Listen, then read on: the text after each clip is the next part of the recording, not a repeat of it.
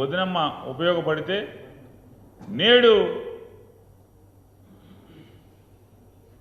పెత్తందారుల పక్షాన మరిది చంద్రబాబు నాయుడు గారి కోసం ఈ వదిన మరొకసారి ఇంత అంటే ఏది రాయొచ్చు ఏది రాయకూడదు, ఇది తప్ప ఒప్ప, ఇది విచక్షణ,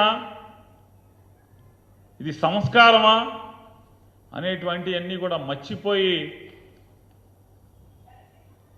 మరొకసారి పేదల పక్షపాతి జగన్మోహన్ రెడ్డి గారి మీద యుద్ధంలో కూడా మళ్ళీ సెకండ్ అవతారం అనేటువంటిది వైనాన్ని వాళ్ళ మనం చూస్తున్నాం. ఈ వదిన గారు ఎప్పుడు కూడా చంద్రబాబుని కాపాడటానికి మాత్రం ముందుంటుంది. ఆవిడ ఎప్పుడు కూడా నిరంతరం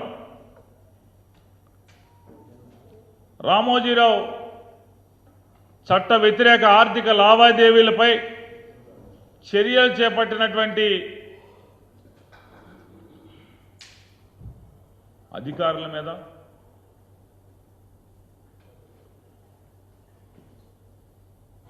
ఈవిడ ఈ నిందారోపణలు, తప్పుడు ఆరోపణలు ఇవాళ సంధించినటువంటి పరిస్థితి. అలాగే ఆంధ్రప్రదేశ్ రాష్ట్రంలో భారతీయ జనతా పార్టీ సంబంధించినటువంటి ఒరిజినల్గా ఆర్ఎస్ఎస్ లేదా బీజేపీలో నికార్స్ అయినటువంటి నాయకులందరినీ కూడా ఇళ్లలో కూర్చోబెట్టి ఈవిడ తెలుగుదేశం పార్టీ వాళ్ళందరినీ కూడా బీజేపీలో మొత్తం నింపేసింది.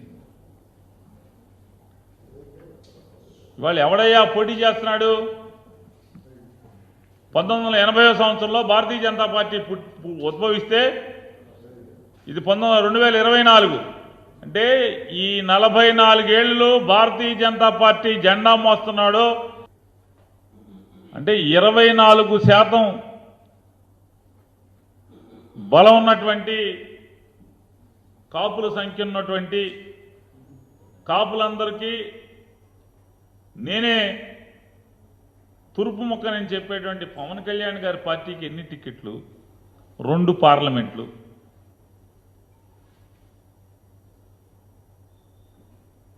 భారతీయ జనతా పార్టీకి 6 పార్లమెంట్లు. సరే ఎందుకు ఇచ్చాడు మీకు తెలుసు, నాకు తెలుసు, విలేకరులకు తెలుసు. భారతీయ జనతా పార్టీకి బలం ఉందా లేదా, ఓట్లు ఉన్నాయా లేవా అనేది. కానీ దురదృష్టం ఏంటంటే ఈ వదిన గారు వచ్చి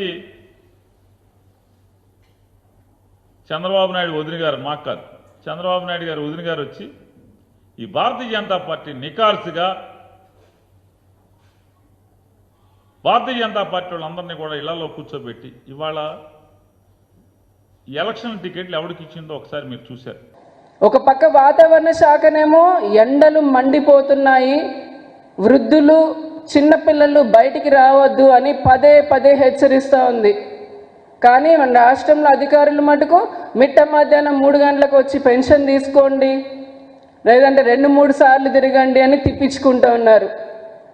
ఈ రోజున జరుగుతున్నటువంటి పోతున్నటువంటి ప్రాణాలు వాటికి ఎవరు బాధ్యత తీసుకుంటారు? మళ్ళీ దీన్ని కూడా రాజకీయం చేస్తున్నారు.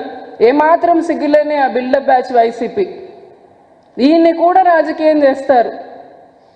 మీకు అంత ప్రభుత్వ వ్యవస్థ ఉన్నప్పుడు ఆ ప్రభుత్వ వ్యవస్థని మీరు ఎందుకు ఉపయోగించుకోకుండా ఇలా ప్రజల ప్రాణాలు తీస్తున్నారు? చాలా బాధాకరంగా ఉంది. కానీ ఒక మాట అనకూడదు కానీ అంటున్నాను. ఈ రోజున రాష్ట్రంలో ఎవరైనా వృద్ధులు మరణిస్తే వారి బంధువులు బెంబేలెత్తిపోయే పరిస్థితి ఉంది. వయమ్మో ఎక్కడ వైసీపీ వాళ్ళు వచ్చి ఎత్తుకొని వెళ్ళిపోతారో బాబోయ్ అని చెప్పని తొందరగా కార్యక్రమం చేసేసేయండి అన్న పరిస్థితికి వచ్చింది. ఇదెంత దారుణం అసలు! ఇటువంటి దరిద్రమైనటువంటి రాజకీయాలకు ఇప్పటికైనా వైసీపీ పార్టీ మానుకోవాలి. చేసిన అభివృద్ధి ఏమీ లేదు. ఎక్కడ చూసినా గుంతల రోడ్లు, ఒక పరిశ్రమ లేదు, ఉపాధి లేదు. ఉన్న ఉపాధిని కాస్త పోయేలాగా చేశారు. ఇసుక కార్మికుల దగ్గర నుంచి ఏ ఒక్క కార్మికుడు కూడా సరైన పని లేదు ఈ రోజున. కేంద్ర ప్రభుత్వం ఇస్తున్నటువంటి ఎన్నో నిధులను దారి మళ్లిస్తున్నారు. ఇచ్చిన ఇల్లు కట్టలేదు. ప్రతి స్కీములో ఏదైతే వస్తుందో దాన్ని కూడా మళ్ళీ ప్రజలకి పూర్తిగా లబ్ధి చేకూర్చే విధంగా లేకుండా మధ్యలో అవినీతి. రాష్ట్రంలో ఉన్న వనరులన్నీ కూడా కబ్జా చేసేశారు. ఇంకా మళ్ళీ కూడా ఏదో మేము సిద్ధం అని అంటున్నారు. ఇంకేం చేయడానికి రాష్ట్రంలో మిగిలింది? ఏ ఒక్క సహజ వనరునైనా మిగిల్చారా? ఇప్పటికే అన్ని దోచుకున్నారు కదా. పూర్తిగా ప్రభుత్వ భూముల్ని కబ్జా చేసుకున్నారు. పన్నుల రూపంలో పెంచిన వాటి ట్యాక్సుల రూపంలో ప్రజల నుంచి రక్తాన్ని పిండుతూ ఉన్నారు. ఇంకేం మిగిలింది మీరు వెళ్ళి ప్రజలకు చెప్పడానికి? చేసిందేమీ లేక ఇటువంటి ఆరోపణలు చేసుకుంటూ భారతీయ జనతా పార్టీ అధ్యక్షురాలు పురంధరేశ్వరి గారి పైన ఆవిడ వ్యక్తిత్వ హననం చేసుకుంటూ, ఆవిడనే కాదు ఈ రాష్ట్రంలో చూడండి ఎంతోమంది మహిళల పైన మాతో సహా ప్రశ్నిస్తే బూతులు, సోషల్ మీడియాలో ట్రోలింగ్లు, మీడియాలో మంత్రులు, ఎమ్మెల్యేలు, ఎంపీలు అసభ్య పదజాలం. సొంత ఇంట్లోనే న్యాయం చేసుకోలేనటువంటి పరిస్థితి, అంత అసమర్థ పాలన ఈ రాష్ట్రంలో ఉన్నది. ప్రజలందరూ కూడా గమనించాలి.